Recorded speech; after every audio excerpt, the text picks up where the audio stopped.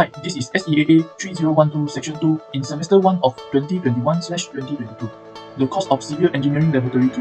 This is Open-End Laboratory H1-STREAMFLOW Measurement and VR Flow Group 16. Hi, I am Ang Jiaqing and I will present the part of Introduction, Theory and Objective. So for introduction part, stream flow is the movement of water in a section of river or stream in a certain time. While stream flow measurement is measure the flow rate of river by using fuse method. One of the methods for measuring the discharge of river is velocity area method. From knowing the stream flow of river water, flood planning and warning can be obtained. The information of stream flow can also be used in engineering design. For example, in design of culvert, reservoir or treatment plant. So for theory part, there are two ways to determine the velocity of river water, which are current meter and floating device. Current meter is the device that measures the velocity of water flow by using the impeller, which will rotate when water flow through the impeller. While floating device is a simple method to calculate the velocity of water flow by measuring the distance of float object flow and time taken. From both methods, velocity is obtained and the discharge of water flow can be determined by using the continuity equation, which is Q equal to AV. While Q is the discharge of river water, A is cross-sectional area of river, and V is the velocity of river flow. For objective part, there are 5 objectives in this experiment, which are to determine the average of water flow at cross-section. The second is to determine the discharge of stream by using the theory of velocity area. And the third is to improve the knowledge of the mass conservation concept in river bridge. And the fourth objective is to choose the proper stream cross-section in river measuring. And the fifth objective is to apply and use safety equipment during the river gauging. And that's all from me. Thank you. Hello everyone, my name is Omar H1. So I will explain to you about the procedure for floating device, using floating device in the experiment stream flow measurement. Okay, so what we need is a bottle cap representing the floating device, a container containing water as the stream flow, a stopwatch and a measuring tape. So first, we will mark 2 different positions, which is the start of the stream flow A and the end of the stream flow B. So, and then we will measure the distance between point A and point B, and also the depth in 3 different points from point A to point B. This is so that we can take the average of the reading. Then, using the water cap as the floating device, so as an example, we put it at point A, and as it starts to move from A, we will start the stopwatch. Okay, and when the water cap reaches to B, we will stop the stopwatch. So this reading will be recorded in the data. So this step is repeated as much as 3 times, so that we can take the average of the time travel of the water cap or the floating device from A to point B. That is all that we have to do in the experiment stream flow measurement using floating device. So the data that we get from all this procedure will be calculated using float method or using the concept of velocity area method. So what we are calculating is the discharge of the stream flow. That's all from me, thank you. Hi everyone, my name is Mushfika Mujib Rahman. So today I'm going to explain to you the procedure using parameter method. So the apparatus needed is a container filled with water to indicate as river, then measuring tape, measuring rod and current meter.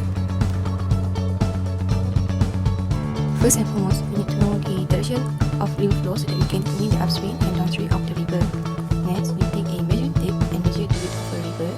Then we divide the stream cross-section into 5 particular subsections. And we will get something like this. After that, we take a measuring rod and measure the depth of the river at each particular subsection, and then we record it. So for the last part, we take a current meter and we measure the velocity at each particular subsection, and also we record it. So all of this step is done for 2 times to get an average reading, and also repeat all this step for the downstream. So that's all for me. Thank you very much. Hi, my name is and I'm going to present calculation parts. There are two methods that we can use to determine the real flow measurement, which are current meter and floating object. For current meter, there are two methods of calculation, which are mean section methods and mean section methods. For our group, we consider mean section methods as a calculation. For current meter, the data given are given cross-section length, given cross-section interval, velocity 1, 2, 3, and total depth. The value determined are with per cross-section interval, average depth, average velocity, area per cross-section interval, discharge per cross-section interval, total area, and total discharge. For floating object, the data given are distance traveled and time traveled. The value determined are average time traveled, average velocity, area taken from previous calculation, and discharge. Here is the sample calculation. The data are taken at interval x1. The formula and the methods of calculation for upstream and downstream cross-section are the same. Here is the result. The result for upstream cross-section, the total discharge in current meter is 0.2273 meter per second. The total discharge in floating object is 0.3203 meter per second.